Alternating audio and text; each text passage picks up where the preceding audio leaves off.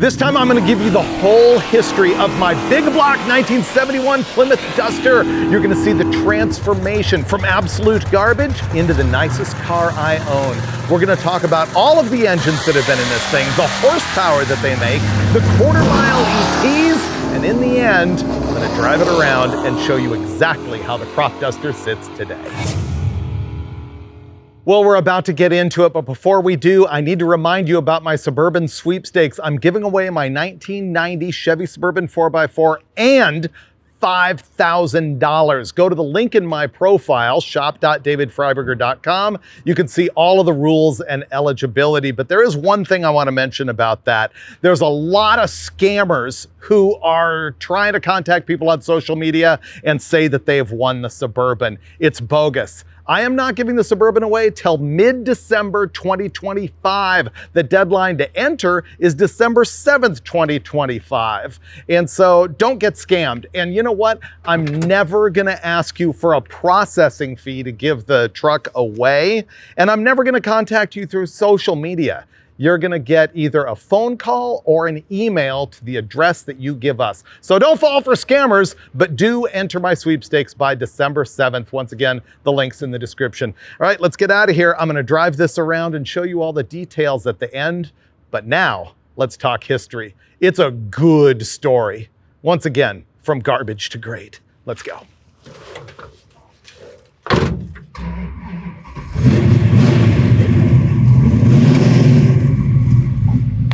I made it to Dulcich's place. Did you know?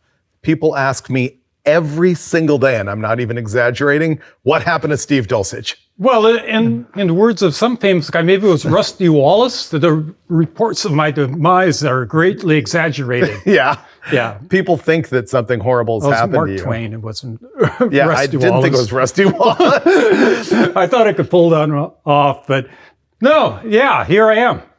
So what are you doing? You're just kind of on a break from all of the limelight. Well, I mean, it's not super intentional. I went to a couple of car shows as a guest. That was pretty fun, but I haven't been doing any media stuff for the most part because I'm catching up with some of my own projects. And, yeah, stuff like that. It's kind of important to me. I want to get stuff the way I want it. And it's a pain in the neck shooting video. So I'm more than excited about doing this one because we've got this fancy table. It's going to be like a real podcast. It's pretty nice. Yeah. So Steve's okay, 100%. And I appreciate you doing this. No, I'm probably in the best shape I've been in like 3 years, actually. Really? Oh, yeah. Yeah, because we're not on the just death march pace. Yeah, of well, you are. Shows. I am trying to do YouTube every single month. Yeah. But we're here to talk about the details of the crop duster. So what's happening is I'm going to show you a bunch of pictures of this car as it goes from garbage to glory. And we're looking at the same things so that we can actually comment on them. You know what? Before we start with the photos, though, you remember better than I do the origins of the crop duster. Like, where did you get it? And I'll let you go ahead and tell the story about how I shafted you by not trading you for it. Oh boy, do I remember. One night you called me on the, well, okay, where I got it, a buddy of mine, Roger Helgeson, they called him Dr. Air. He was the head porter. It's like, my roommate's got a Duster. You want to buy it? And I said, hell no, Roger. I've got way too many cars. I don't want your stupid Duster. And he said, well, I think he'll let it go cheap. And I was like, okay, well, and I think I bought it for, $300 or $400, something like that. Yeah. And just parked it. I put it in stock. It was had a couple of rust holes into A-pillar, and you guys had seen it, I'm sure. Yeah. But anyway, Freiburger calls me one night, and he was singing the blues on the phone, and I just said, "Hey, pal, you want me to cheer you up?" And you're like, "Sure." Yeah. And I didn't give you the crop duster, but I gave you the red Dart. Oh, the maroon Dart, which is actually still parked out back here. Yeah. Well, it's in the shop now, but is it? Yeah. So I gave you the maroon Dart, and then I didn't talk to you for a couple of years. And at the Engine Masters Challenge event, that was an annual engine building competition that I was the editor of the Engine Masters magazine, pretty much ran that whole thing at the time. Freiburger came over. He was editorial director, and he was. Oh, yeah.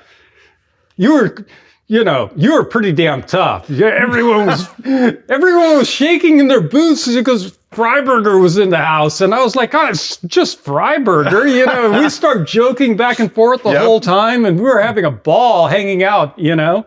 And I said, hey, I brought it up. I said, hey, you never came and picked up your dart. And he goes, what dart? And oh, okay. See, I was thinking I didn't have that dart for a few years, but it's that I never picked it up. You never picked it up. And on the scene, I talked you into trading it. No, what happened was, this is the way I remember it. Okay, you I'm might ready. remember it differently, but then I said, but you know what? You can't have it. And you're like, you're buffaloed. Like, what's this all about? You know, what's the setup? Yeah. Right? And I said, well, I like darts, but I know you like dusters better than darts. Right. So I'm going to give you my 70 Duster instead, and I'll keep the dart. And you're like, a Duster? Really? And you're all happy. Okay. Because you love Dusters, right? Duster Dave, they called you for a while, right? And that was the crop duster. Yes. The white one. And So that must have been when it ended up at the hot rod shop in Gardena. no, because the Engine Masters Challenge ended. I said I'd give you the Duster, but not the dart. Right? And then like a month later, my phone rang, and it's like, hey, Dulcich. And I'm like, hey, Freiburger, what's up? It's like, hey, can we do a video at your place rescuing the Duster? And I want you to be in it. And And this was Roadkill. yeah. Yeah. And I said, you want me to be in it? You're the guy who says I suck on video, and I seize up in front of the camera. I did say that at Engine Masters. And you're like, oh, don't worry, you'll be fine. Well, that was because I said, you know, at Engine Masters, you had to present and you were by yourself on camera. And at Roadkill, I was like, dude, we're just going to hang out and they're going to point cameras at us. It was just totally us doing our normal thing. Which that became Roadkill Garage, ultimately, that episode of Roadkill where we were working on the Duster. But what's the story? Episode 40 of Roadkill, I still remember. Oh, I don't remember that. Wow. Yeah. It's the first time I was on, one of the Motor Trend shows. But I served you up the opportunity to criticize me for whatever that trade situation was. Oh. At one point, I brought the Duster to LA on a trailer because we were trading this for the 72 Charger we called Romeo Furio. Because I got it from Romeo Furio, yeah. Yeah. And then I got there and you said, well, I don't want to trade a Charger for a Duster, even though it was a 72. But why would I? I don't think it ever went to Gardena. I think I turned around from Burbank and brought it back home. Oh, really? Day. Yeah. Oh, okay. So I shafted you on that. Yeah. So after that, the 1970 Plymouth Duster that became You heard known it as... from his own mouth right there. So sorry for interrupting. Go ahead. That's all right. So after that, the 1970 Plymouth Duster that became known as the crop duster was just rotting in Steve's backyard, as we can see here. You know what's funny? Looking at these old pictures of it, yeah, it's really not that bad. It's like, by today's standards, that would be a perfectly good car, but it was a beater whenever this happened. Looks like I shot this photo, wait for it, April of 2015. It's been 10 years. Yeah, 10 years goes by like that. That's hard to believe. I know. So there it is sitting in the backyard. You can see that it's kind of crusty. But it's original, like it's got the tape stripe and the Duster. What's the character called? I always called it a googly, but I don't know what it really is. You know, they wanted to make the Duster the Tasmanian Devil to go with the Roadrunner. Oh, right, yeah. And Warner Brothers said no way. And so they just came up with their own little cartoon Duster there. Look, there you are cleaning it up at that car wash. So you came over and picked it up. Okay, this was, what year? 2015? 2015. Yeah. So was this before the Roadkill episode? Is this the world's seediest car wash? Yeah. Oh, okay. Yeah. And then, look, there's the engine compartment of this thing, just sort of all filthy, dirty, a little bit rusty. Okay, this is when we were doing the engine install, right? Right. I think we're going to come up to that episode of Roadkill. In fact, this shot of the interior right here is after we'd worked on it just a little bit, because remember I stole that bench seat out of the orange Duster, right? Yeah. Because you were going to put buckets in it and a stick. And so you donated that bench seat that I think I had recovered when the orange Duster was mine. Oh, yeah, that's right. Yeah. So that's how the interior was, except for some new gauges on there in the seat. Pretty complete. Okay, now we get into the episode of Roadkill, which apparently was number 40, according to Steve. It was the very first Roadkill where Steve appeared on camera, and the episode that became Roadkill Garage. And this engine right here is the Motorhome 440 that came out of the RV with Finnegan and I on an episode of Roadkill, and then went into the General Mayhem, and then it came back out of the General Mayhem when Motor Trend wanted to convert it to a Hellcat. Yeah, and you know what? This is by sheer weight of coincidence. What's that? We picked it up in LA in this brown pickup. Oh, did we? Yes. Oh, perfect. We road tripped it, and we actually shot it as part of the episode. Did we? Yeah. Okay. Because we got a whole host of parts that were in the General Mayhem, and just loaded up at the office workshop and trucked it all over here in brown pickup, which happens to be on camera here. You can see how I've hopped it up just a little bit here. It's got an Edelbrock Performer RPM intake manifold on it. So that was after it went to Dirtfish for the first time, which you can also tell because the block's all filthy on the side. It looks like an aluminum block. It does, but it's just filth. But then we hopped it up on that episode. There is Finnegan installing your set of Edelbrock ported heads by Modern Cylinder Head and some camshaft. I think I know exactly what it is. I knew you would know the cam. It's an Isky 280H Mega Cam. So is that like 230 at 50? Yeah, 232. Okay. Single pattern 232 on a 108. Yeah. Yeah. So 485 lift. Yep. I remember it really well because that was the cam that was in my Charger in high school. It was the exact cam, right? Right. I just, when I swapped to something else, I put it in a box, and it had been on the shelf for like 30 years at the time. Yeah, and we just slammed it in that engine. It's actually a pretty good cam. There's the 8 3/4 with disc brakes and Caltrax bars that I think also came out of the Orange Duster. They did, yeah. Basically, we took all of the mechanical parts out of the good, freshly painted Duster and put them in this clapped out Duster. Yeah, I know, but, we just wanted to get it done. Yeah. And I don't know, parts is parts. Yeah. And there's the 440 in the engine bay of the crop duster for the first time. Yeah, there was a horrible scene when we were doing that swap. It still probably rings terror in your heart. But it does. He had bought a brand new set of TTI headers, which were probably $1,000, which is a lot for headers. Now all headers are $1,000, but back then true. It was double the price of your ordinary wear. And just bashed the heck out of a primary tube to try to make him clear something. And then we put him in there, and you looked at me and said, if you're going to bash the hell out of my brand new headers, at least bash them in the right place next time. Which I thought was a really good line. So you remembered it to this day. Yeah. The audience remembers the header bash on that thing. You and Finnegan completely wrecked them.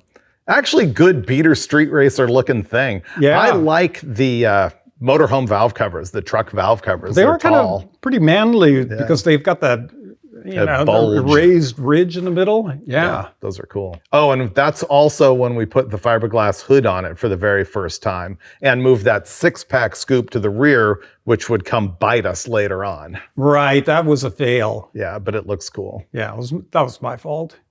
So you've actually owned a lot of Dusters over the years. I think 9, but I'm not actually positive. I think I remember at one time you had 5 or 6 Dusters at the same time. At the same time, I did. You would have to move them around the streets of your neighborhood because they had street cleaning and stuff like that, and you didn't want to come along them onto the trailer and move them around every week. Oh, yeah. I was younger then. I know. Yeah. You probably wouldn't endure that today. No. All right, here's the underside of the crop duster. When we first put it together, it had the exhaust system off the General Mayhem too. See how it's got a couple of 3-inch cherry bombs on there? Yeah. That thing sounded wicked. Well, it ran really good too. It did. We took it to the racetrack. We dynoed the motor too. It's coming up, Steve. Whoa. Ready? Yeah. Boom, there it is on the chassis dyno Nice. at West Tech. Yeah, and you know what? I don't know where those front slot mags came from. I must have stolen them from you for some reason. Probably. And this set of wheels that's in the back of the Duster in this photo, Yeah. I just unloaded out of my storage garage like yesterday to put them on my Super Bee to roll it around. So then the dyno graph right here shows that 440 with the modern cylinder heads ported with the 282 mega cam. Yeah. Yeah, it made to the tires 419 pound-feet of torque at 3,800 and 356 horsepower at 5,200. That's actually pretty good Yeah. for a low compression motorhome 440. Exactly. Yeah. And then we broke the torque And with an flight in automatic half. too, right? Well, and with an automatic, which you can see in this photo, broke the tail shaft off of it, remember? Oh, yeah. And the reason for that is when we were doing the episode of Roadkill, we had attempted to shorten and weld together our own drive shaft, and it was a disaster. That was me. Yes. Did it vibrate? You and Finnegan. I remember we were trying to roll it while Yeah. Finnegan was trying to lay the bead on there, and we didn't get it square, and it vibrated so bad I that thought we had broke it. the tail housing. Yeah. Yeah, that was a disaster. Look, there's the tail housing attached to the drive shaft lying on the ground. Yeah, luckily we had spares. Not at the dyno shop, obviously, but You know, this is interesting. Look, this was May 13th, but then we ended up at the drag strip May 18th, 5 days later. yeah. We were way more energetic Oh, back yeah. then. And here's when we took the crop duster to the drag strip for the very first time. And I think this was an episode of Roadkill Garage. Is that Famoso? It's Fontana. Fontana. Yeah, which is now gone forever. It's the second Fontana drag strip. Remember, there was two. Yeah. One on one side of the parking lot, and then they moved it. And I got these cool photos of it, I remember, in the parking lot over there. There's a lot I of know. flies circling us How all of come? a sudden. You notice that? Yeah. They're everywhere. Plus, I have cat hair on me. Well, so, you know what? I don't have written down here what it ran that day, which is strange. You were disappointed. Yeah? Yeah, I remember distinctly. I know what happened. We're sitting on the car and you were moping because it wasn't. Something was not. I thought it was the traction off the track prep. No, there's something else coming. Okay, I'm going to skip the ET on this. I think it went 12:34 that day. That sounds right. Yeah, but I am going to bypass that because there's other drag strip days coming up. Here's the next thing that we did after that day in Fontana. We pulled the General Mayhem 440 out of the crop duster and put it on the dyno at West Tech. Oh, okay. As is. And you know what I think we did here? Boy, I want to know the number. Oh, Those are the Bash TTI headers man, right there. No wonder you were pissed. Yes. That is ugly. They're destroyed. Wow. But look at this. We also tried regular TTIs. I think this was the origin of the very first episode of the Engine Masters TV show where we bashed the headers. I think that we ran these TTIs before and after, and it didn't make any difference. And I think that's why we ended up doing the same thing on that Engine Masters episode. Well, I actually did that as an Engine Masters magazine article, like several years before. even before this? Yeah. Yeah. Okay, so you want to know what power this thing made? You know what? I'm kind of dying to because I had done a motorhome 440 after this. Oh, yeah. This one's way better. We did several of them. This is going to be better. So it's a motorhome 440, which means it's 7.8 to 1 compression. It has really good ported cylinder heads on it, the Isky Mega Cam, an RPM intake manifold, and I think it was a 750 carb. And it made 470 pound-feet of torque at 4,300. Pretty good. 440 horsepower Wow. at 5,700. Yeah, my motorhome 440 with stock heads made 392 horsepower. Right. That was like, I know. boy, It's still weak. It's still a sore spot. Yep. So that's what happened with the engine dyno for the General Mayhem 440. All right, the next thing that we did is that drag weekend event. And Yeah. you'll notice that the engine is now the Stroker 383. Oh, no, wait a minute. It was a It's the 380. regular 383. Yeah, we went to the regular 383 first, right? We did. So this is the engine block that was in my Super Bee when I bought it in 1983. And you assembled that 383 as a test mill for a massive intake manifold shootout that Hot Rod Magazine did in 2007 or 8. Yeah, it had Yeah. huge pop-up pistons on it. It did, and yeah. It never really made the power I was hoping for. Well, I can tell you what it made. So this is from your story about the intake shootout that I found online. It's the Edelbrock heads that are ported. What's interesting is you said that it was a 263, 267 flat tappet cam. But I don't think so. I think it was the 243, 247. Really? I think so, because listen to the peaks. It made 470 pound-feet at 5,000 and 500 horsepower at 6,500. Doesn't that seem to you like that's a 243 cam instead of a 263? Yeah, what did it make at 6,500? 500. And that was with the best of the single plane intake I think that was the big manifolds. cam. You think it was? Yeah. Okay. Well, anyway, that's the engine that we had in there, making 470 pound-feet of torque at 5,000, 500 horsepower at 6,500. And that was a stock stroke 383. Correct. Yeah. And it was about 11.5 to 1 because we had custom pistons that were a pop-up. Right. And I remember, I think it's got 043 rings. Yeah. Because it was our early experience for us with the 043, and we were worried about it, but it ended up being fine. Yeah, with gas ports. Right. That was pure race stuff back then. Yeah, full race. Because now we're talking still 2015. And the event that we went on Drag Weekend was a Hot Rod Magazine deal where we started at Fontana Drag Strip and drove to Tucson and raced, and then back to Fontana and raced. Oh, and we had changed the gears right at Fontana? Well, no, that's that photo right here. Exactly where we're sitting in your shop. So I think we might have put 410s in it and driven to Fontana, and then changed to 323s and drove to Tucson, and then changed to 410s to race. And I think at that point we were like, oh, forget it. We drove, we drove it all the way home with the 410s. Yeah. So that's what happened. You can see you here underneath the car making the change of that pig. And look, that's before I had QA1 shocks or anything. That's just some worn out garbage in there. And that General Mayhem exhaust system. And then there's you driving the thing, no doubt on I-10. Look at the interior all torn up. The dash pad looks like the one on my red Duster. That was a pretty fun road trip. It was great. Until the wiring burned up in Tucson. Yeah, and that's coming. Here's the shot of it at the side of the road where something broke. We've got both the hood and the trunk up. Here's us at Tucson changing the gears. Yeah. I can see from the background, that's Tucson Dragway. We're changing the gears again. I remember guys hanging out watching that. In later years, we would have just co-opted some guys to put them in for us, right? Because we're old and lazy. Yeah.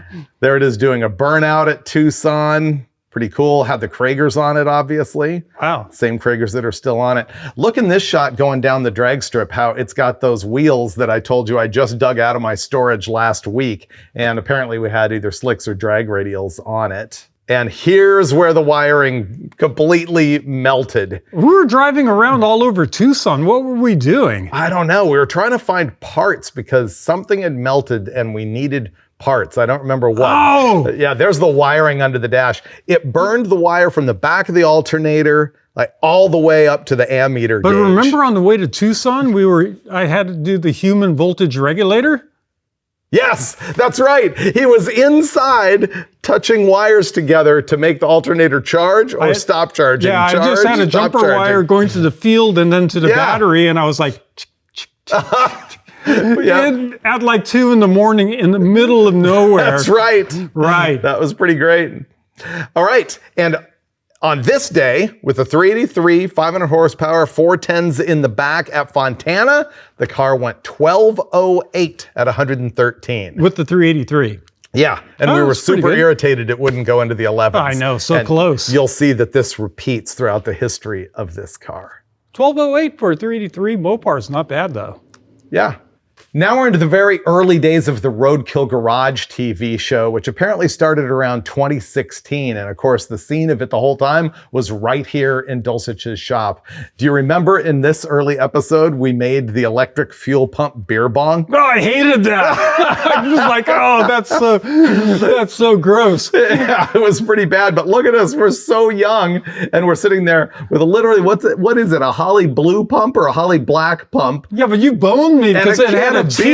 It went from the fuel pump to a T to 2 outlets. And I pinched off my side. I know, and it was like running out of my nose. There was so much pressure. That was great. Yeah. Oh, look, this is underneath the dash. Steve made this excellent gauge panel for the crop duster. Remember, you hand fabricated that so that it takes, I think, 5 gauges. There's one hole you can't see in the photo, and 3 toggle switches. Yeah, it was real thick metal. It was made out of a electrical service panel lid. Yeah. Yeah. And you painted it to nearly perfectly match the dash, and we put nitrous on it. Oh, boy. A little tiny power shot system. But here's the problem. We took the thing to Fontana to try and drag race it, and KJ figured this out. Remember that? Oh, yeah. It was running out of fuel. It was nosing over at the top end, and our buddy KJ Jones was there. He's like, you got a fuel delivery problem, man.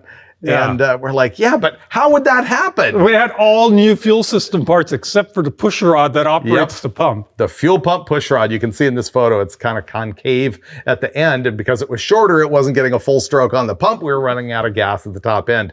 That episode ended in failure. It just, you know, we couldn't run the thing. But I think we did get, we got a 1/8 mile ET. It ran 7.65 in the 1/8 mile. And I can tell you what that would be in the quarter. 1/8 mile times 1.57 is usually a pretty good estimate for naturally aspirated stuff. 1201. It would have been a 1201, which is consistent with the 1208 that we had before. And of course, we never put the nitrous on it because we had that fuel delivery issue. What a bummer. I know. Right, this one you weren't here for. This is Roadkill episode number 50. I saw it on TV. You probably did. I did, yeah. We got together a bunch of our project vehicles to do a shootout as we did on the 25th, 75th, and 100th, I think. You can see here there's the crop duster, then the general maintenance 2015 Charger. A lot of people have asked about that car recently because they know that it was T-boned really badly on the very last Motor Trend shoot here just like a year and a half ago, and it was sold to our guy Mason, who got it fixed. I drove the thing to duct tape drags this year. It's actually pretty good. Oh, wow. That's pretty good, yeah. Next up, Stubby Bob, then the NASCARlo, the Vet Cart. That looks like Harry Toe, the Draguar, and the Ranchero. But you notice something different about the crop duster here. It's got the Steelies and the dog dish hubcaps instead of the Kragers on it. I didn't think it looked that cool. Well, yeah, it looked better with the Kragers were actually the best wheel and tire combo, I thought, on that car. The center lines were also pretty good. But yeah, the Steelies and the hubcaps, for some reason, didn't really cut it. The other thing is, at this point, we had stock type disc brakes on the front, and you know what that means. Yeah, it widens out the front track by 1.5 inches. And looked no good. Yeah. Yep. But there it is in action. We ran the thing on the autocross with the Caltrax bars. And burnouts for distance. Burnouts for distance, where it was actually really good. Yeah. I was kind of bummed out. I don't think it won. No, I think the Draguar might have run burnouts for distance at that day. I was rooting for the crop duster. Oh, but its moment is coming.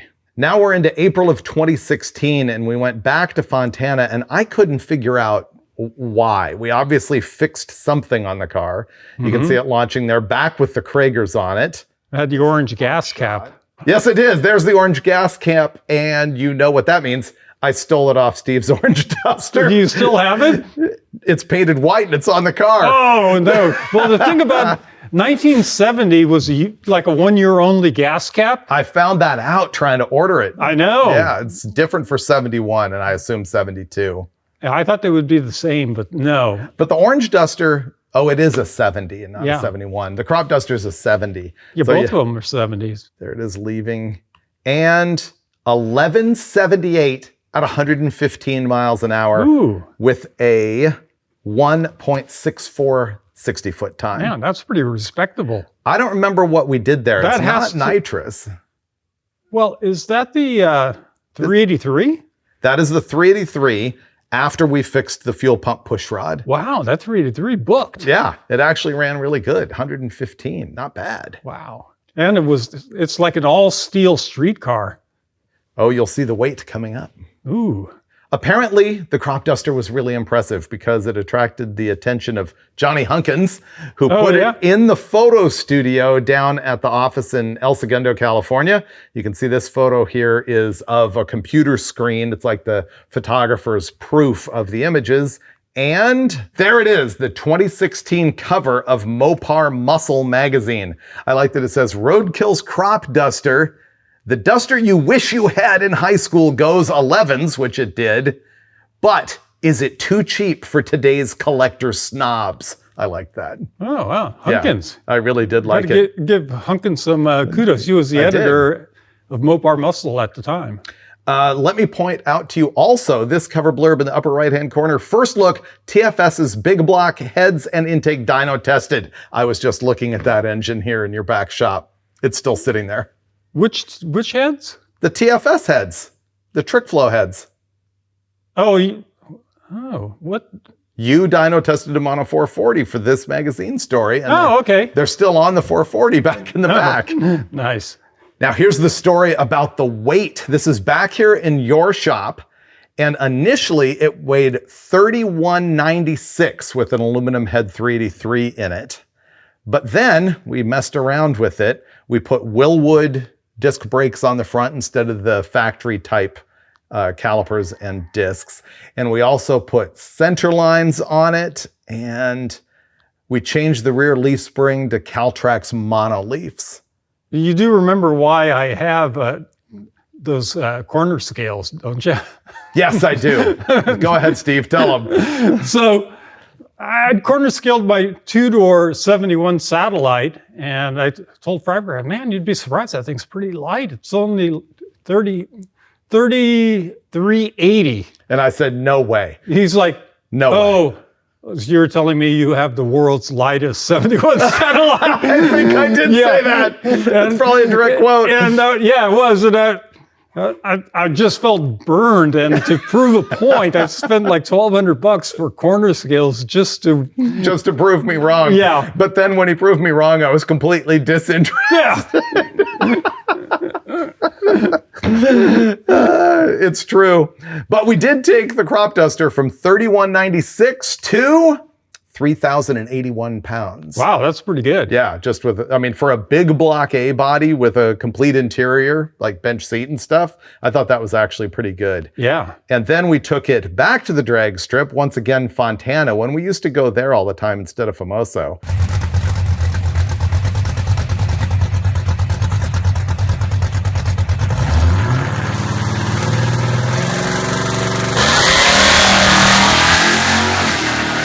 And it went 1169 at 115. In other words, it was less than a tenth quicker. But the other thing we always fought on the TV shows is we couldn't do testing back to back. Sometimes the A test would be in June and the B test would be in late August, and the weather conditions were so radically different that it wasn't an A-B test. Yeah, drag strip times can vary like a ton. Yeah.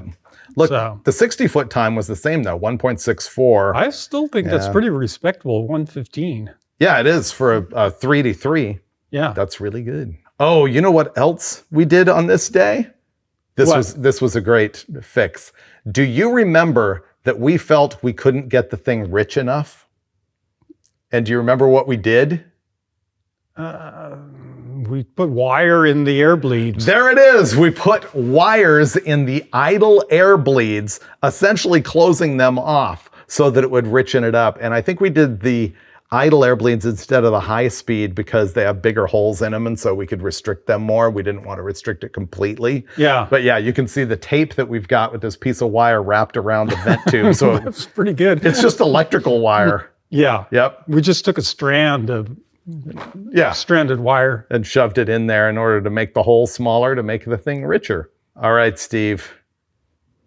The nightmare begins. What is it? You don't know? Oh, paint. Paint.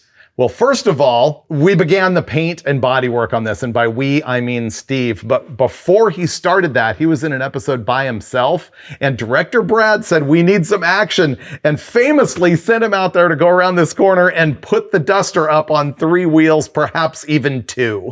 Oh, well, what was crazy is I went through that corner super fast already. Yeah. And then Brad said, hey, can you do it again, but just go faster for a little more, for more action? I'm like, sure. All right.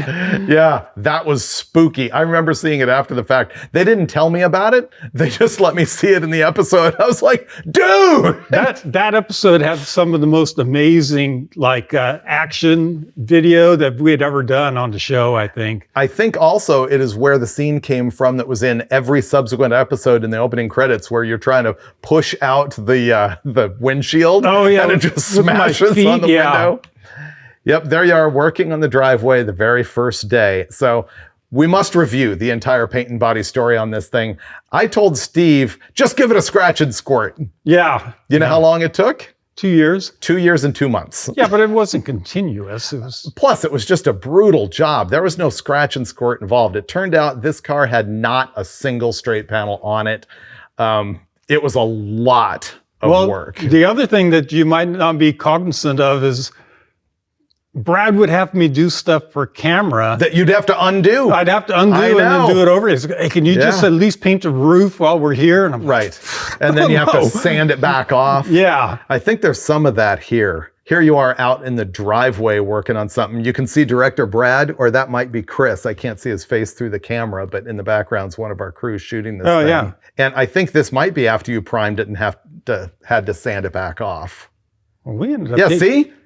This is the other side. You were sanding off. Well, eventually we took all the doors off. I think we had maybe the fenders were still on it. I can't remember that. I think the fenders stayed on there. Yeah, but like the bumper valence and all that. Everything. The whole drivetrain, the whole suspension, front to back. Everything came out of the car. In this photo inside the paint garage, that is Brad closest to the camera. And it looks like Chris further back. And then I think that's Steve directly in front of the car. Yeah, I think that was just paint the roof. Here's the one thing that I did really is sheet metal replacement. I cut out the bottoms of the quarter panels and made patch panels. I remember we cut them out of, I think, like a 68 Dart hood that you had in the back. Oh, yeah. And you also were welding to rust. Vapor. I was. Yeah, I think that photo's coming up of the whole, there's the bottom of the quarter panel. Obviously, I'm not skilled at this, but I did make it happen. No, you did a good job. Yeah. When you were welding to Vapor, that was mostly like the roof gutter. Yeah. There it is. The roof gutter had a giant hole in it. And I remember way back in the day when we were, you got the car for $300 and I was looking at it in the trades and everything. I looked at that and I was just like, there's no way I want a Duster with a big old hole in the A-pillar. Right. And I got it anyway. And now I also drive the red Duster that has a hole in the A-pillar? A giant hole in the A-pillar in exactly the same spot, actually a little further out. Yeah, that's because that's where the lead seam was put in it. Right. And moisture would get between the lead and the steel and then...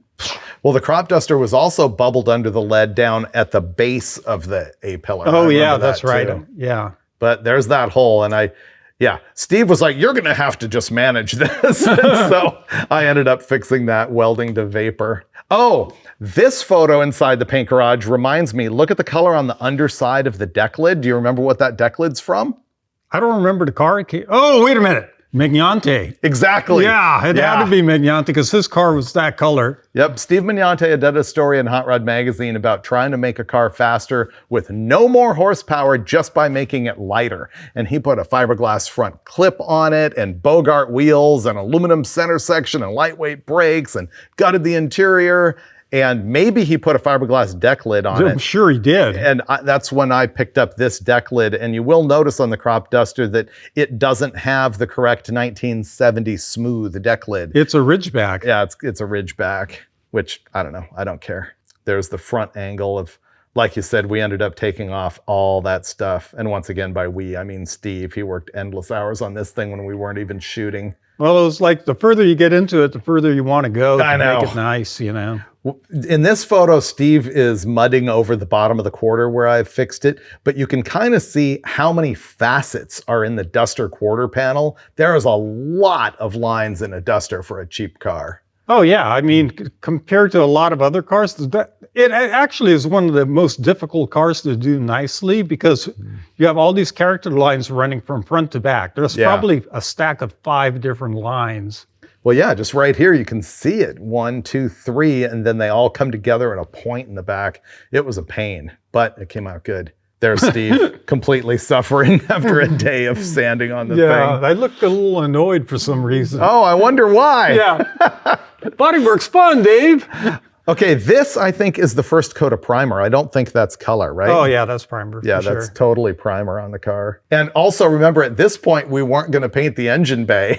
But then at some point it was like, well, it would be stupid if we didn't paint the engine bay. Yeah, let's take the doors off too, so we can do the door jabs really nice. And finally, there's the shot with color on the car after we pushed the thing outside. You can see we've even sprayed black behind the grille. I don't like it when you can see body color through the grille. That's totally wrong. Oh, I know. Yeah. You're right about that. You gotta have black. And you can see the engine compartment's all painted here too.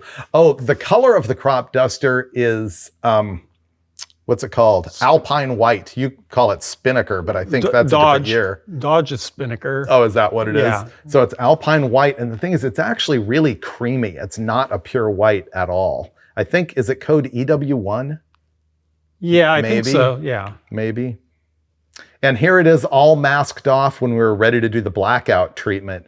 People ask about this all the time. They're like, oh man, how'd you come up with that killer blackout? Well, it was a factory pattern. Yeah. I think it's a not very common factory pattern, but you could get it. If you look at the 1971 ad for Duster Twisters and 340s, one of those cars has the blackout treatment on a sassy grass car. The crop duster is a real mix of 1970 and 71 stuff. Yeah. It's a 1970 car. It's got the little Valiant badge on the fenders that are 1970 only, but it has the 1971 shark tooth grille and 71 interior that we'll see here in a minute. Yeah, and blackout treatment. And the blackout treatment. So it's more 71 than 70, and I don't care. There's the blackout. Unfortunately, that black that we used didn't hold up. It scratches extremely easily. There's Steve painting the hood. There's almost no correcting a flat or No, it is matte what black, it is yeah. once you get it on there. There's the blackout treatment. I think it looks really cool. You don't see a lot of people paint hot rods white, but the blackout just makes it good. But once you put that green interior with the white and black, I mean, that was up. That was a treat. Oh, this is the 1970 stripe on the back of it. Which is a better looking stripe. Yep. Compared to the 71, in my opinion. The 71 is what we call a bandit mask. It goes all the way around the taillights, but 70 is just, I think, like you said, it's better. It's way more elegant. Yeah. So once again, it's a mix of 70 and 71. And here in this photo, you can see that the trunk lock circle is not cut out. I laugh because you were trying to be so careful, but then I mangled it. You mangled it. I probably did it as good as the factory. I'll give me that. But once you put the lock in, I think the bezel covers up your manglage. No, it's still mangled. I was looking at it yesterday. And there's the car with the hood installed, looking almost complete, but no windshield in it yet. There's the rear angle. Ooh. This is the day that we finally saw it painted for the first time. This is June 3rd, 2019. The Duster is an attractive beast. Yeah, we decided it was better than the 69 Mach 1, didn't we? Well, yeah. I postulated that, and the internet agreed. There we are. This is a Wes Allison photo. Most of the time when Steve and I would do a Roadkill Garage TV episode, they would send a professional photographer up to get sort of the wrap-up photo that would be the thumbnail online or for posters or whatever they did. And Wes Allison shot this one. You can see Steve being a boss while I'm... while I'm pointing at him, giving him all the credit for the car. Thanks, bro. Oh, absolutely. Yeah. Wes Allison, by the way, if you guys don't know, I mean, he was in the journalistic world of car magazines. He was like one of the top go-to men for decades. Completely. Yeah. Okay, the next thing that happened is we took that 383 and we pulled it out of the car because we were irritated that it wasn't a 10-second car. We decided it had to go 10s. And it was mission creep. I think one of the things we didn't describe about the 383 is initially it was 11.5 to 1. And Steve mentioned earlier in the episode, it didn't make the power we anticipated. And that was in the Hot Rod Magazine dyno test. Right. Right. And I thought maybe the dome was too tall, impeding flame travel. And that was partially because we had to run a ton of ignition lead to make it work. Didn't it want like 42 degrees? Right. Yeah, that's right. Yeah. And so we thought maybe the piston dome is creating a problem. And so we ran sort of a not very scientific test, but still one that we believe in, that the dome was getting in the way of flame travel, and we thought maybe even reducing the compression ratio by eliminating the dome might make the flame pattern better and might make more power. So Steve, how'd you remove the dome? Well, I mean, I didn't remove it completely. I lowered it, but what I did was I clamped a wrinkle band ring compressor onto the piston crown at an exact height, very, very carefully measured, and then I used a wood router and just worked the dome down. And I think I got it with like pretty much dead nuts on all 8, And then we put it back on the dyno, and sure enough, it made more power. I wish I had that data here because it was actually really good. And it took less ignition timing. So we were sold on that. But then the mission creep began. Remember, we were talking about building a 500, and I think Bryce was making pistons for us, and he talked us into a stroker, which was then stupid because why didn't I use a block with a bigger bore? And we ended up with a low deck 383. Is it 65 over? Maybe? I can't remember exactly. But it's 439 cubic inches and change. So it's a 440, but it's a low deck motor, which they never made in a low deck. The low deck motor is lighter and fits better in a body by a lot, and arguably the intake manifold runners are shorter for better high-end power. I don't remember what crank we used. I bought one from Ohio Crankshaft, I think. Oh, okay, 3.75 stroke, right? Was it? Yeah, I think Maybe, so. because I think we also were looking at it going, why didn't we just put 4150 in it? At every step, it was a compromise. No, but I thought that was a pretty good size to match the RPM range to the cylinder head. Yeah, that's true. And the cylinder heads were still the Edelbrock's CNC ported by Modern Cylinder Head. Here is the engine on the dyno at Westech. And you can see it's all nice and orange and has a Victor 383 intake. I think that's our 1000 CFM carburetor up top. The Mickey Thompson valve covers that I eventually gave back to Steve. And what's on it now? Those Edelbrock really coarse finned cast aluminum ones. Oh, yeah. And this combination of the 440 stroker, which is, I think, almost 11 to 1. Yeah, it's up there. Yeah. And it does have the 241, 247 lobe comp flat tappet cam in it. Okay. It's definitely the 241, 247. I looked that up. And, it's a 440 source crank, it says here. It made 560 pound-feet and 560 horsepower. And I didn't get the RPM numbers, but... So that was pretty stout. 560 out of our... I thought it made 570... 575, 576. 576. We did get that number on another day with a different intake manifold, I think. Yeah. Yeah, it did do that. But in this day, it was 560. Okay. Oh, here's what it is. It made 560 with a RPM on it, and it made 576 with the Victor on it. Oh, okay. Yeah. Now I feel better. That's way better. Yeah. That's what the note is. Harlan Sharp 1.6 rockers. Pretty good motor, and that's what's still in the car today. Right, after all that, we still had to reassemble the car from paint and from the engine being out of it. And as you can see from this photo, the interior was absolutely trashed from the paint job. I think the dogs contributed? Yeah, the dogs kind of liked the green carpet. Maybe. Yeah. By the way, the Crop Duster does have a factory green interior, and that's what you're looking at there. But hard to tell. Destroyed. But I think the next photo, yep, that's after I cleaned it up. Look at the floor pans in this car. Wow. Actually flawless. Yeah, it's really beautiful. Nice. Yeah, it is really, really good. It's a solid car. But you can see how destroyed that dash pad is. And I think the door panels are just plain missing. And there's progress towards a better interior. You can see in this photo, I've installed a flawless dash pad, which I remember was about $500. Wow. You can see the steering wheel is junk here. See the top of the steering wheel is all like dried and dusty. I remember I bought one on eBay.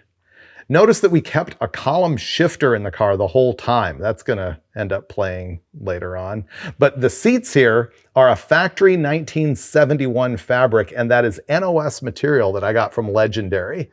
It took forever for them to make them, and it cost like 3 times as much as regular seat covers, but I had to have it because my friend Tony had a 71 Duster Twister when I was like 14 years old. And that's what you learned to drive the stick in. Yeah, so I had to have it just as a flashback.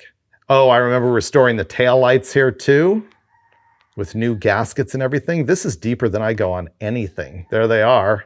Wow, they look really good. Yeah, they actually do. And look, in this photo, you can't even tell that I messed up the hole around the trunk lock. It's mint, Dave. It looks great. Yeah, I love it. And look at that brand new shiny chrome bumper. I remember putting that stuff on. Here's our crew guy, Alex Scola. He completely restored the instrument bezel for me. Yeah, I know. He did a beautiful job too. Yeah. I think he even did like the little individual bezels around the yeah, I think he brush painted the silver on there, I think. Yeah. Yeah, he did a really nice job on the dash, and then I couldn't talk him into doing the heater bezel. So that one's still bad. I mean, he's got super patience. You know, he's a real detail guy. Yeah. Yeah. No, thank you, Alex. That was good. This shot shows you that it's got the 340 grill in it, which was from a company called OER. You know, they started making Chevelle reproduction parts. They make a really nice shark tooth grill. It's like $1,100, but it's good. And there's the valve covers that are on it now. Those metal Brocks. I remember them now. Dropping that in. It's amazing because for a long time you couldn't get that grill. It was super rare. Yep. You'd have to try to piece it together out of 2 or 3 junk ones if you could possibly find any. And now you can get them new. Yeah. There's the complete engine in the engine bay. Wow, the patience that we had for this. I'll never do it again. I mean, look how nice we detailed even the wiper motor and everything. Yeah. Notice it's got new TTI headers that don't have big bash dents in them because it's a 383 instead of a 440, so it fits better. Every little tiny piece was pulled out of that when that engine bay was bare metal. So everything went back on really nice, but it went back on like after over a year. It was. It sat painted almost, it was like 9 or 10 months before we put it back together. And I remember you were a little skeptical of that. We had to have lost just about everything, you know? But nope, it was all here. Yeah. Yep. Like, just like magic, everything was just like, there it is. Okay, well. And that was a nice looking engine assembly right there. I like the air cleaner. The valve covers are okay. That's a great look with that Victor manifold and the valve covers and that dome air cleaner. Yeah, it was really cool. Yeah, it looks great. And this was not a power steering car, I don't think. Oh no, that was the red one. This is a power steering car and we kept the power steering on it. Yeah. And that's one of the best things about it. It makes it really drivable. And also the Crop Duster has a B-body 26-inch radiator. Do you remember bashing that and sectioning and dropping the core support? Well, what I ended up doing is I sectioned that whole lower thing to make it deeper.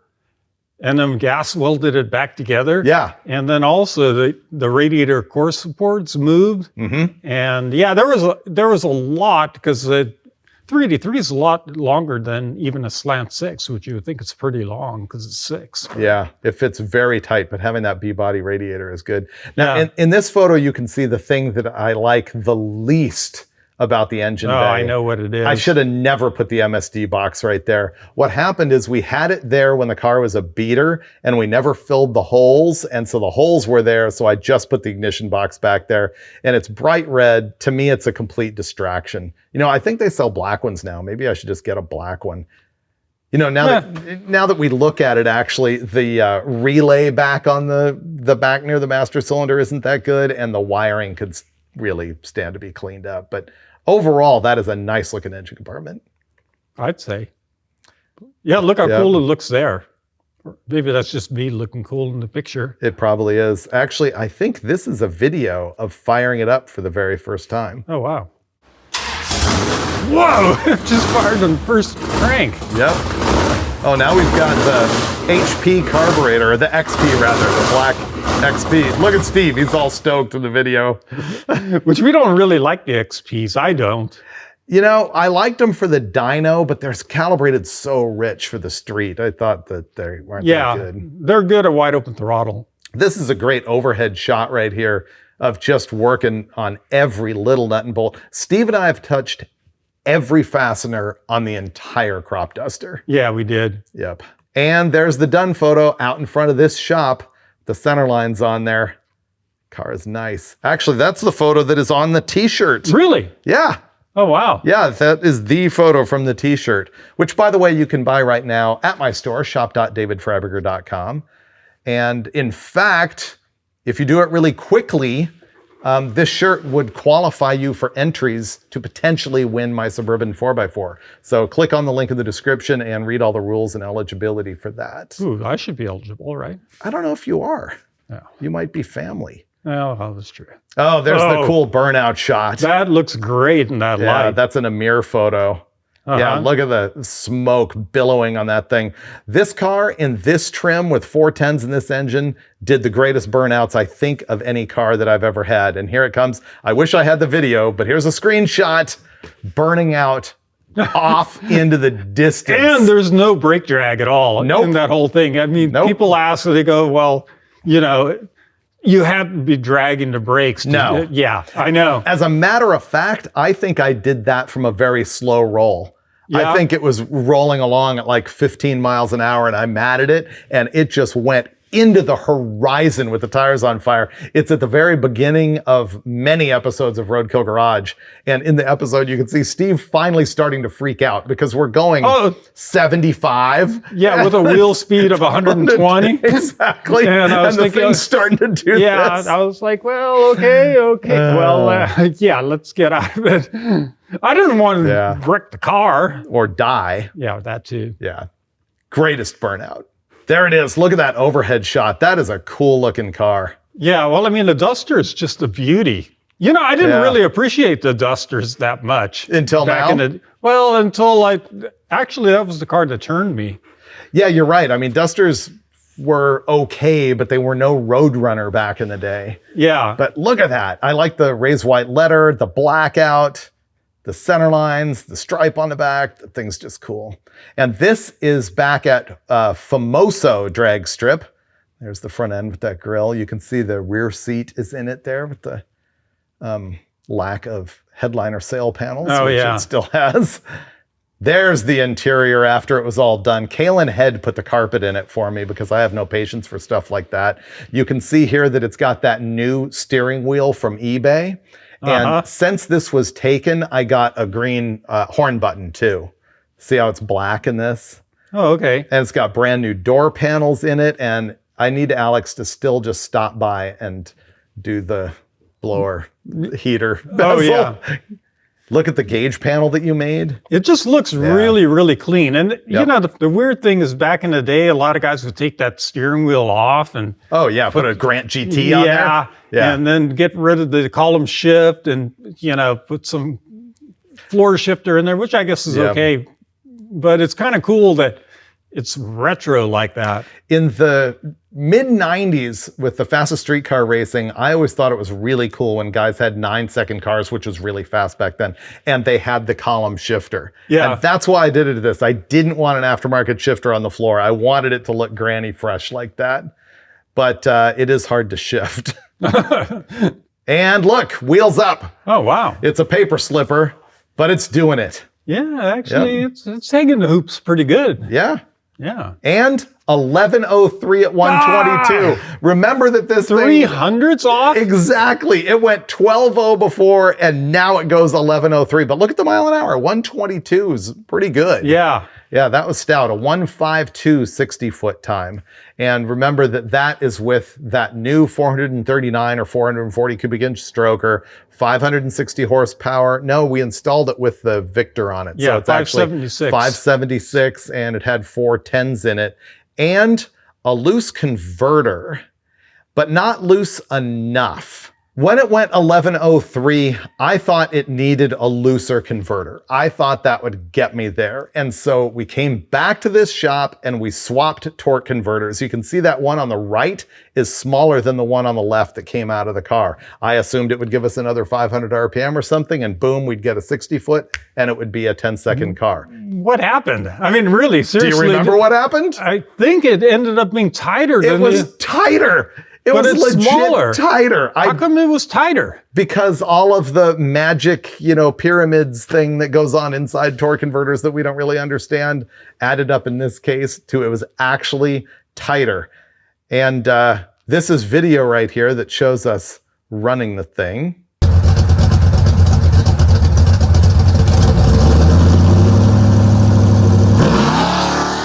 Wow, that's a dead hook. Yeah, it was a dead hook because I think it didn't make enough, torque multiplication to actually, and it still pulls the front end, but not as good. And it slowed down a 1.58 60-foot time, 11:22 at 120 miles an hour. Wow, too tense. It could have been weather a little bit because we lost 2 miles an hour, but the converter was tighter, and that was frustrating. We were dying because the thing went 11.0 and then we slowed it down to 11.22. I needed the thing to run in the 10s, and so the solution, right?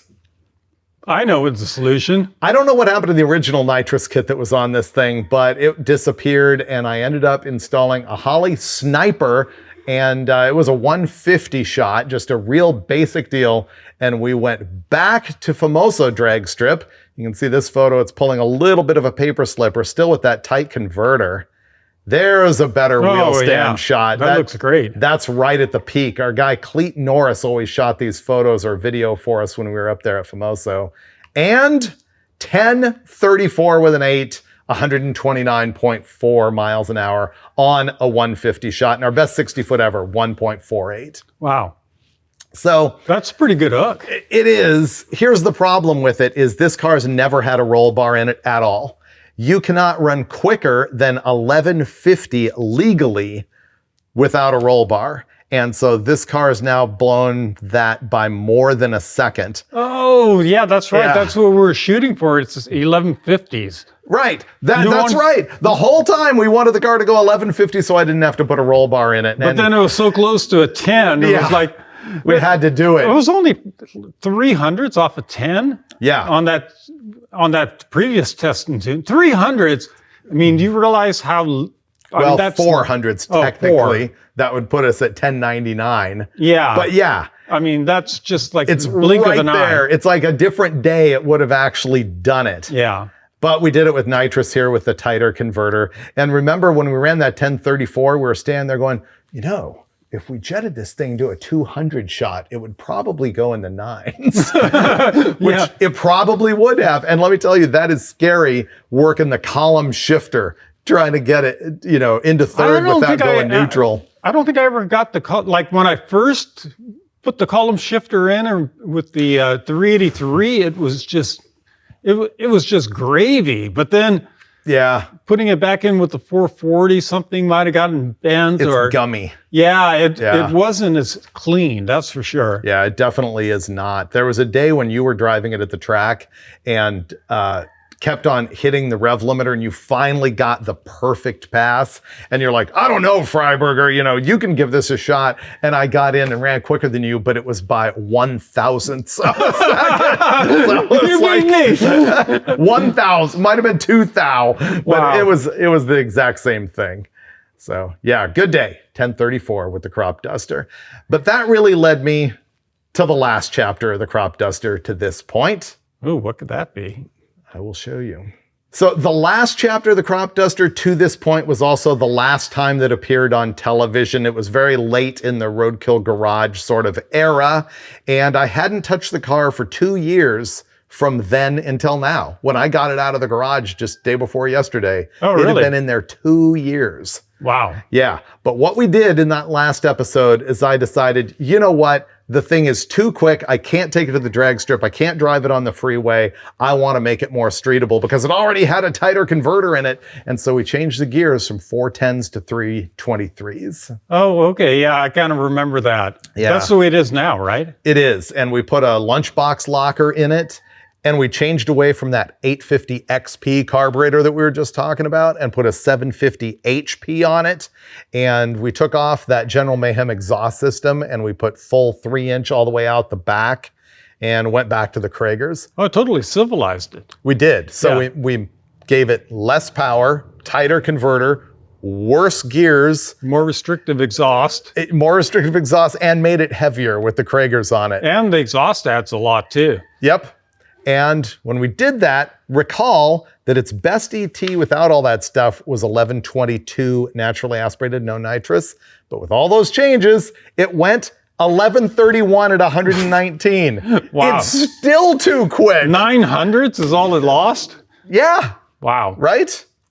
Yeah, 900 with all of that. And that could be weather also. But the point is, when you have a big block and you make good torque, gears tend to matter less than they do with a high winding engine. Right. Same with the converter. I couldn't believe that it was that quick after we had strangled it that much. Yeah, but it was still pretty good stuff. It's 3-inch exhaust, right? It is. 3-inch Yeah. exhaust. I forget what mufflers are on it. Yeah. But yeah, here is the video of launching that day. And you can see that the launch is softer. Oh, it definitely will be. See the new exhaust system under there?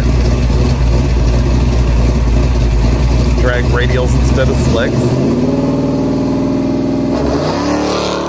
It sounded good. It hesitated. Did you notice? Yeah. It needs like better pump cam or something like that. It just hesitated just a hair, but it does sound pretty wicked.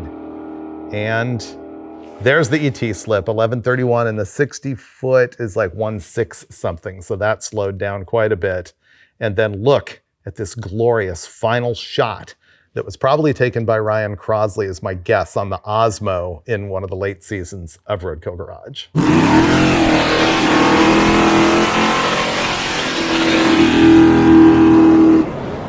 Notice I got out of it because it was scary. And that's with the 323 gears. Great shot. That's cool. You can hear how it just wants to keep going. Oh, yeah, It I know. hardly had any RPM. The thing would have kept going.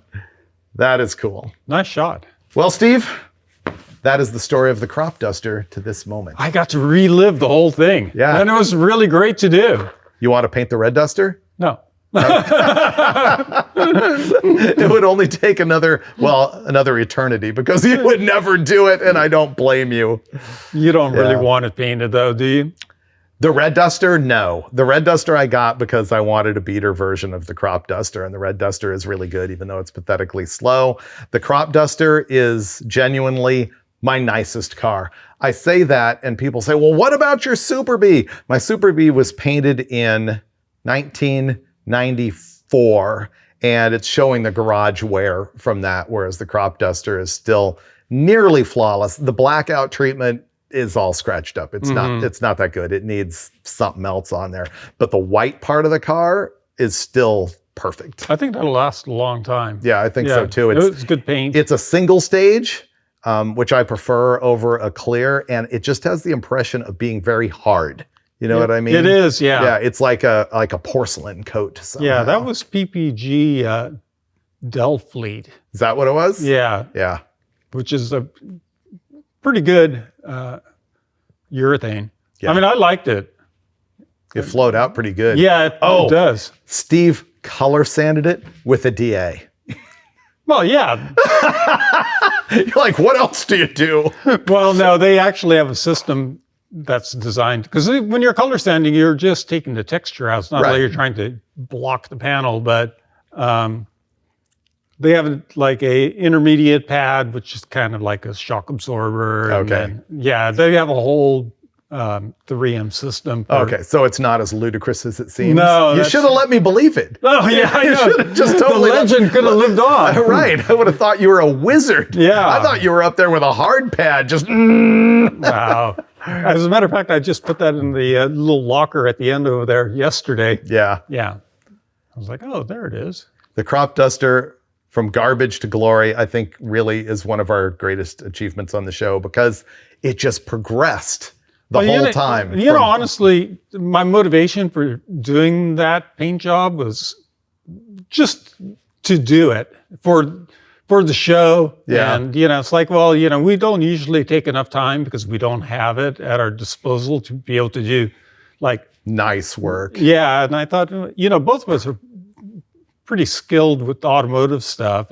Which we never showed on the show. No, well, we did, yeah. but we also, F-Rod we and hacked stuff. F-Rod was good. There were a lot of, it was a mixed bag, but never did like a complete paint job because it's very time consuming under the best circumstances. So well, I just want to show off a little bit. And you did. I mean, aside from the rust repair, Steve did everything for 2 long years on the crop duster, and it really shows. The car is very straight. Well, thank you, Freiburger. Yeah, it is. It's great. Yeah, which is probably why I'll never actually drive it. Well, I just have one question for you, Freiburger. Did I end up cheering you up? From what? When I gave you the car and then you end up with the crop duster and it's all done. Oh, that's right. My whole thing. Throwing back to more than 10 years ago when he gave me the car. I feel cheered. Yeah. Because not only did you give me the car, you did the paint job, you assembled the short block, you donated the 8 3/4, you donated the fuel cap. Oh yeah, the fuel cap. I want that back. Just put it over the edge. Yeah. No, it's pretty good. Mission accomplished. I mean, that's what you know, it was just like a buddy thing. I already had the orange duster I bought off you, so I didn't need 2 dusters. Yeah, I probably don't either. Okay, I'm gonna head back home now and we're gonna get the crop duster out and drive it around a little bit. That's the whole story. Now let me show you what this car has going on for it these days. One thing that I found out that's kind of a bummer is that none of the lights work on it. I had forgotten that none of that was connected after we did the last episode of Roadkill Garage with it. Here's the thing that drives me insane about this car, if I haven't beaten that to death enough on this episode. The back of the hood, which is fiberglass, has a big dip in it, and it doesn't want to open well, and it's in fact chipped some of the black paint. You have to pull it forward right here and let it chip a little bit in order to get it open. I can't stand it. But here is the 439 plus cubic inch low deck stroker. Let's just call it a 440, and it's still in really nice shape.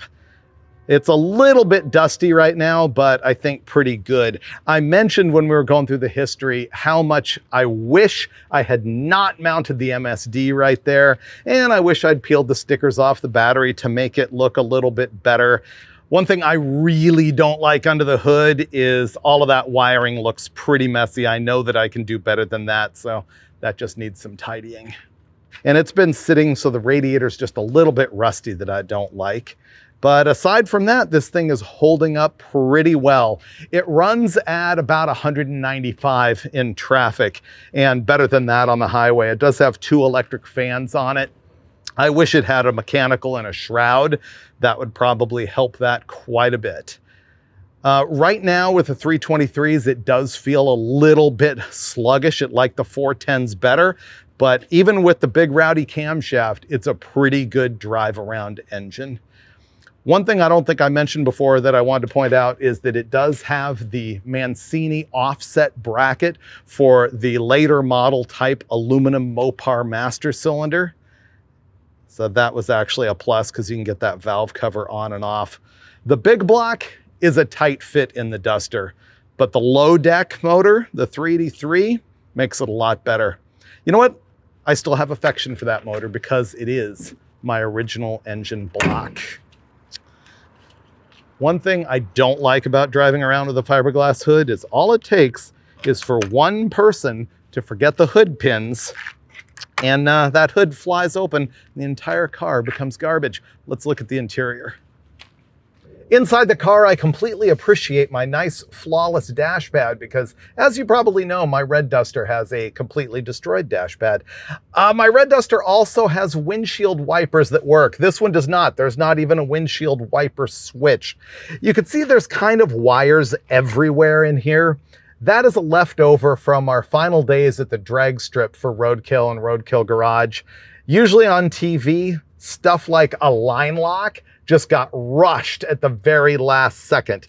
And that's why you can see there's a power wire draped through the gauge panel and a ground right here. And that is the line lock. You can also see there is a gauge missing from this awesome Steve Dulcich fabricated panel. I'm not sure what I'm gonna put in there. Maybe a trans temp gauge. One real bummer is that this is an Innovate air-fuel ratio gauge, and I hate to badmouth Innovate, but that is the third one that I've had fail in a car. Could be installation error, I don't know, but that one doesn't work, so I need to replace it. And there's one more hole for another toggle switch there. Oh, this random wiring right here is for the nitrous oxide. I always held it right at the end of the column shifter like that so that I could hit the button while carefully moving from gear to gear. And I got my tack and everything. Oh, you can see that taped to the rocker panel, there is wiring for that air-fuel ratio gauge. And probably the worst part of the interior is the Freiburger cliche. The headliner's not installed yet. I do have the headliner and all of the top bows, and we had begun to try and install it ourselves, but then gave up on that. So there's no headliner in it. It would be really cool if it had a headliner, a better package tray, and some sail panels. But overall, this is one of the nicest interiors I've got. All I need to do is clean it up a little bit. Probably the worst of the car is in the trunk. So let's have a look there. Okay, let me take some junk out and show you about this. Okay, what's funny is I opened up the trunk and ooh, there's a carburetor, a couple carburetors. There's a 671 supercharger in here that I bought from Chris Birdsong. It's all wrapped up. It's heavy. I'm not going to pick it up. That's funny. I don't know what I'm using that on. The trunk is the one area that Dulcich and I did not detail at all. It's still pretty messy. I haven't even pressure washed it or anything. And in this one corner next to the wheel well, there's actually a hole, and what's weird is that it almost doesn't look like rust. It's like somebody punched through. Of course, it's got the nitrous bottle right here, run through a hole in the floor. I would like some different brackets, but that's actually kind of okay. I'm probably never gonna do anything about the trunk. That way I can actually use it as a trunk. It probably would be good if I maybe pressure washed it, wiped it off, and put in a stock trunk mat, but it's okay. It's okay enough. In this shot, you can see that it's got a new gas tank. I'm not sure that I mentioned that. And of course, the QA1 shocks, the 8 3/4, which has 323s in it right now, Caltrax bars, monoleaf springs, and new exhaust system. The problem with the exhaust system is when that was put on, I feel that the guy cut the tips way too short in the back. I think they should be closer out to the bumper. I kind of wish they also had 3-inch versions of stock tips on them. So that's a drag to me. You know what's weird? I don't remember undercoating this thing at all, but apparently it's been done. It's all nice and black under here. And in this shot, you can see partially my exhaust cutout, but also that orange thing in there is a legal drive shaft safety loop. Oh man, looks like the parking brake cable is just sort of a dangler. Here you can see where the core support has been cut and sectioned and dropped in order to accommodate the B-body radiator. And underneath here, you can see that we cleaned up and painted the entire front suspension. It's actually pretty sano. And the oil pan only has a small leak. I would say for a big block Chrysler, it's better than average. I think it's just the drain plug, actually.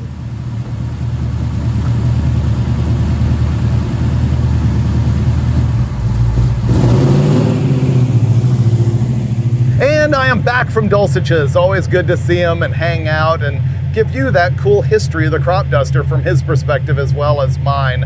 Unfortunately, I didn't drive the Duster up to his place because I noticed at the very last minute that this thing does not have headlights or brake lights. I probably should not be driving it around right now.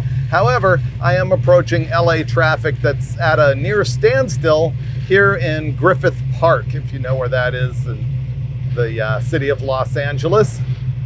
I've driven it maybe 5-10 miles around town at this point, just so that I can give you some driving impressions, sort of an update on the car since you last saw it on Roadkill Garage, where it was at the drag strip. And what did I say? It ran 1130s or something. So I'm really trapped in that situation of it being too fast for the drag strip. But the question is it too radical to be a street car? It does have a pretty big camshaft. It is a little bit loud. It does make 570 plus horsepower, but it actually seems okay. I did have it on the freeway just a moment ago and might even do that again to get out of this traffic, or it could be worse on the freeway. I'm not so sure, but it will cruise 75 miles an hour, no problem, because of the 323 axle gear that's in it. I would say the worst part about those high gears is that the torque converter feels really mushy. Remember that a torque converter stall RPM is affected directly by load. So the heavier the car, the higher the converter will stall. The higher the gear, meaning the lower numeric the gear, the higher the converter will stall. And that's what I'm seeing here with 323 gears. It's mushy. You almost don't feel the transmission shift. I don't think we mentioned that it is a TCI torque flight, regular old 3-speed automatic transmission. Wow, it just started to rain here. And I'm gonna cut off this traffic and get on the freeway a little bit. The good thing about it is that the car does have some guts. You get on it like that, even just a little bit, and it hoists the front end and it moves out.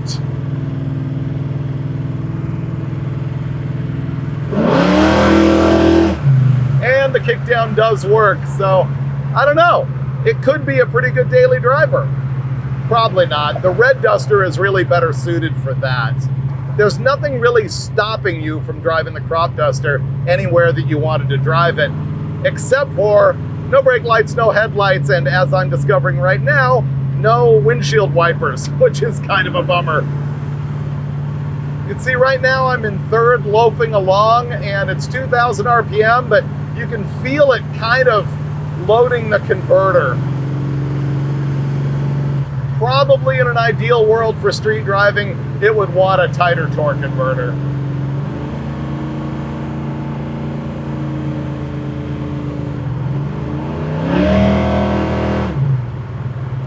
Yeah, the converter is a little bit loose for just driving around.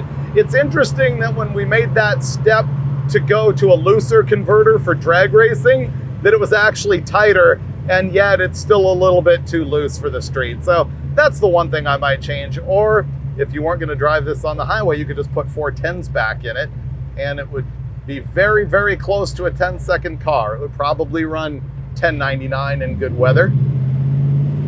One thing I really do like about the car is the interior. The green seats with the yellow plaid, it just totally takes me back.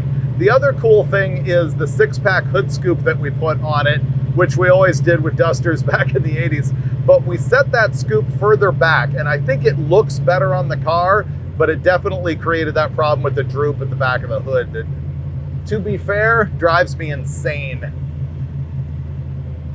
That's something I would have to fix. Oh, going around a tight turn, you probably cannot hear it in the camera audio, but you definitely hear the lock right locker clicking in the differential. You go around a corner and it starts to differentiate wheel speed, and you can hear it going. So that might be annoying. I'm okay with it. This car is actually quieter in the interior than most of my garbage is. The exhaust is not full-on neighbor hater, but it is loud. 3-inch all the way out the back.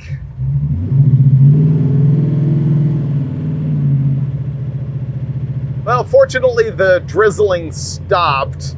But you know what? That's what I don't like about super nice cars on drag slicks or drag radials. With no wipers, with no lights. Just don't feel good driving them around, getting them filthy, and getting an accident. So let me stop and wrap this thing up. And that's the story of the Roadkill Crop Duster, a 10-year transformation from kind of a piece of junk in Dulcich's backyard to the nicest vehicle that I have. It's almost perfectly streetable, not quite. It runs 1130s in the quarter mile. It'll go 10s with 150 shot. And you know what? It's virtually mint. From this point, I think it needs lights functional. To be fair, I think it needs the entire wiring harness in the entire vehicle. It needs a headliner. It probably needs a tighter converter, maybe even overdrive. And then I think it needs a big road trip. And if I get to all of that, you will see it in a future episode on the David Freiburger channel.